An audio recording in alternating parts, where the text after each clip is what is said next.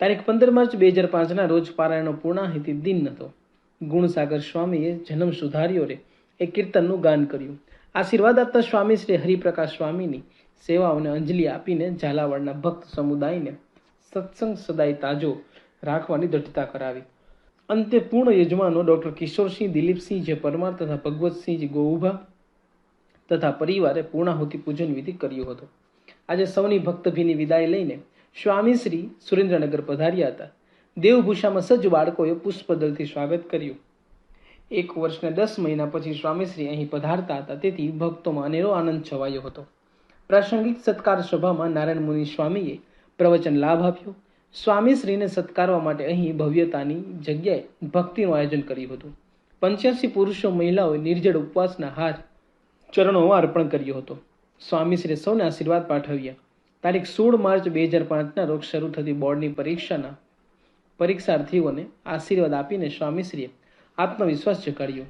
આજથી અક્ષર નિવાસી હરિપ્રકાશ સ્વામી તથા વિરુદ્ધ દર્શન સ્વામીની પુણ્ય સ્મૃતિમાં નારાયણભાઈ ચોટલિયા, હરિકૃષ્ણભાઈ ચેભટ્ટ તથા તુલસીદાસ મૂળજીભાઈ દેપાલા 7 દિવસની પારણ શરૂ થઈ હતી.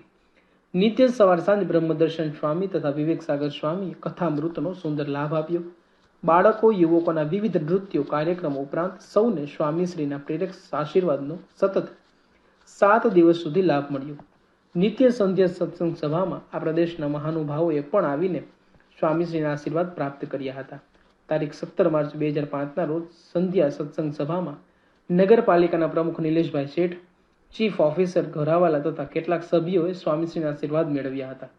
જોઈન્ટ ડિસ્ટ્રિક્ટ જજ ભોજક સાહેબ, સિવિલ જજ જાની સાહેબ તથા પટેલ સાહેબ વગેરે પણ આજે આશીર્વાદ પ્રાપ્ત કર્યા હતા. તારીખ 18 માર્ચ 2005ના રોજ જાણીતા ઉદ્યોગપતિ અને દાનવીર CU શાહ, તેઓના સેક્રેટરી મહિપતભાઈ તેમજ સ્વામીશ્રીની મુલાકાતે શહેરના પ્રતિષ્ઠિત ડોક્ટરો વગેરે સ્વામીશ્રીના દર્શને આવ્યા હતા. સંધ્યા સત્સંગ સભામાં પારાયણ બાદ જાણીતા હાસ્ય કલાકાર શાહબુદ્દીન રાઠોડ તથા જગદીશભાઈ ત્રિવેદીએ જ્ઞાન સાથે ગમ્મત કરાવી હતી. સ્વામીશ્રીએ બંને હાસ્ય કલાકારોને આશીર્વાદ આપ્યા હતા. તારીખ 19 માર્ચ 2005ના રોજ 80 કિલોમીટર દૂર હળવદની નજીક આવેલા માનસર ગામથી 18 હરિભક્તો ચાલીને આવ્યા હતા. લીંબડીથી 78 અને સૈજકપુરથી 25 હરિભક્તો પદયાત્રા કરીને આવ્યા હતા.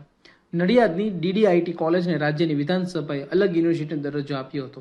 આથી આ યુનિવર્સિટીના કાર્યવાહક હર્ષદભાઈ દેસાઈએ યુનિવર્સિટીના વિકાસ માટે સ્વામીશ્રીના આશીર્વાદ મેળવ્યા. રાજ્યના શહેરી વિકાસ મંત્રી IK જાડેજા તેમજ સુરેન્દ્રનગરના સામાજિક કાર્યકર નાગજીભાઈ સ્વામીશ્રીના દર્શને આવ્યા હતા. અનાથ આશ્રમનું સંચાલન કરતા નાગજીભાઈ સાદાઈ પ્રેમ અને શિસ્તના આગ્રહી છે. સ્વામીશ્રીના દર્શન કરતા તેમણે કહ્યું કે હું તો જાહેર ફંક્શનોમાં પણ કહું છું કે તમને જીવતો દેવ સ્વામીશ્રી મળ્યો છે.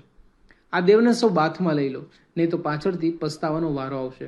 આજે સંધ્યા સત્સંગ સભામાં ગુજરાત તલાટી મંડળના ઉપપ્રમુખ અને સુરેન્દ્રનગર જિલ્લા તલાટી મંડળના પ્રમુખ ઘનશ્યામભાઈ હેરમાં દર્શને આવ્યા હતા. તારીખ 20 માર્ચ 2005ના રવિવારના રોજ સુરેન્દ્રનગર તથા નજીકના શહેરોના હજારો હરિભક્તો દર્શને ઉમટ્યા હતા. ધ્રાંગધ્રાથી 80 હરિભક્તો સાયકલ યાત્રા કરીને આવ્યા હતા. આજે રવિ સભા હતી. મંદિરમાં બંધાતા સભા મંડપ માટે બાળક મંડળે પોતાની બચતમાંથી એકત્રિત કરેલા નાણાંનો પ્રતિકાત્મક ચેક 4 બાળકોએ ઠાકોરજીને અર્પણ કર્યો. વિશ્વ હિન્દુ પરિષદના સુરેન્દ્રનગર વિસ્તારના પ્રમુખ વસંતભાઈ પટેલ તથા મહામંત્રી પ્રવીણભાઈ સોલંકીએ સ્વામીશ્રીના આશીર્વાદ લીધા. યોગીચરણ સ્વામીના હાજી ભલા સાધુ કીર્તન ગાન બાદ સૌ ઉપર આશીર્વાદ વર્ષાવતા સ્વામીશ્રીએ યોગીજી મહારાજની અલૌકિક સાધનાનો મહિમા ગાયો. દેહના ભાવ નહીં, કોઈ ગમે તે કહે પણ સવડું જ લેવાનું. કોઈના પર ક્રોધ નહીં, ઈર્ષ્યા નહીં અને માન તો એમના જીવનમાં હતું જ નહીં. માનનું કચુંબર કરી નાખ્યું હતું. હમણાં મગની રામનું સાંભળ્યું કે દેહને બધું સારું સારું ગમે છે અને ન મળે તો દુઃખ થાય, કલેશ કજ્યો થાય, અશાંતિ થાય. જ્યાં સુધી દેહના ભાવ છે ત્યાં સુધી ભગવાનનું સુખ આવે નહીં. એટલે પહેલામાં પહેલી શરીરની ઉપાધિ ત્યજવાની છે. આપણે માનીએ છીએ પણ પૈસામાં સુખ નથી. પૈસાના મળે તો આનંદ તો એનું દુઃખ છે અને પૈસા મળે તો એનું પણ દુઃખ છે. બહુ પૈસા ભેગા થયા હોય તો લોકો નજર રાખે, ગુંડા ઉઠાવી જાય. એટલે ભગવાન જેટલું આપે અને જે રીતે આપે એમાં સંતોષ રાખો.